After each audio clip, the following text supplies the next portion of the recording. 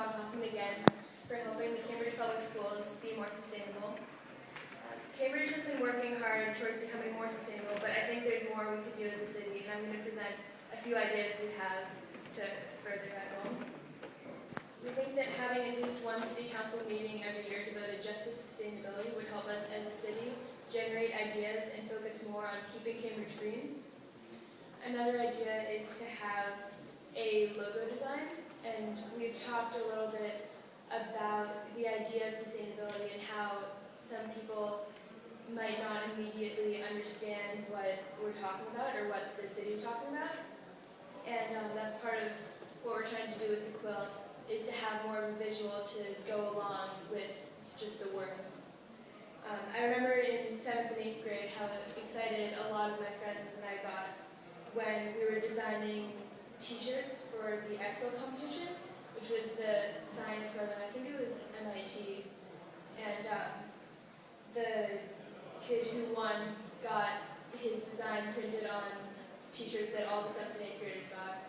We think that having a competition, or even just having kids try and design different logos to share what they think sustainability is, could really help bring the community together and get a conversation started about sustainability in Cambridge. So thank you again for giving us and supporting. Hello, my name is Kaya. We believe, as the Friends of Hope, that Cambridge should be teaching its younger generations how to be green citizens, and that means learning more about sustainability. As King Open alumni, we've noticed the differences at CRLS between those who learned how to compost at a younger age and those who didn't. Our previous science teacher at King Open, Donna Peruzzi, and the city's recycling program manager, Meryl Rott, and Randy Mail, as director of recycling, taught us how to compost when we were at King Open, making us much more comfortable with composting today than students who didn't do it in their K-8 schools. With their help, we've adapted to composting when we were younger, so now it's something we do with ease.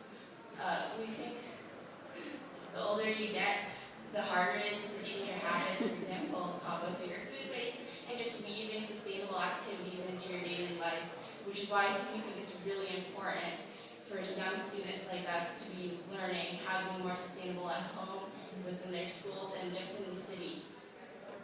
We know that on the CPSD website there are some very good educational materials about sustainability, and we'd like to see these woven into Cambridge's school curricula, especially in our middle and elementary schools. And we really love that Cambridge has a Green Schools initiative, and we've enjoyed getting to know Sustainability Manager Kristen Van Hoffman and hear all about what the school district has done to make our buildings more energy efficient and sustainable. So thank you for the support you've given to these efforts. We also know that Kristen's second of 5 goals is to engage students, teachers, families, administration, and visitors in sustainable practices in everything they do.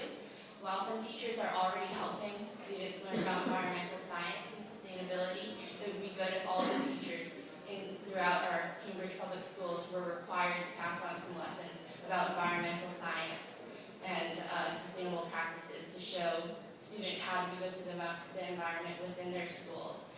We really think it's important that kids start young, so if this were to happen, we'd be glad to partner up with Sustainability Manager Kristen Van Hoffman. Thank you. I'm Eliza, and to wrap it up, we just want to thank you again for supporting us in our efforts to promote sustainability in our wider community. And we just want to reiterate that our goal for this quilt was not only to have this artistic representation of what sustainability means to us, even though that was definitely part of it, but we also have this bigger, more overarching goal of starting a discussion in our community of what a sustainable life truly means and how we can get there. And this issue of environmental awareness is something that our generation really has on our radar. At CRLS, there have been many environmental projects implemented by students, from our composting program to a denim collection drive where we recycled jeans into insulation for Habitat for Humanity homes. And most recently, many of our peers participated in a global competition where they identified environmental issues in their communities and then envisioned solutions for these problems. The evidence that climate change is going to affect the rest of our lives as young people is truly irrefutable. I mean, already we have dealt with 2 monster storms in the past 4 months, and there are surely more to come. But many students in the city have ideas and visions of how we can solve many of the environmental issues that are already facing us, as well as problems that are sure to arise in the near future. And if we could combine all these ideas from composting to collecting denim to local projects and more, they would really encompass the goal we had when we made this quilt, which is sort of to concentrate all these innovative ideas into sustainability, into a simple art piece. And again, we are really excited to partner with you as many of these environmental ideas begin to come to life, and we want to thank you for listening to what we had to say and for taking action on some of these issues. Thank you very much, and thank you very much.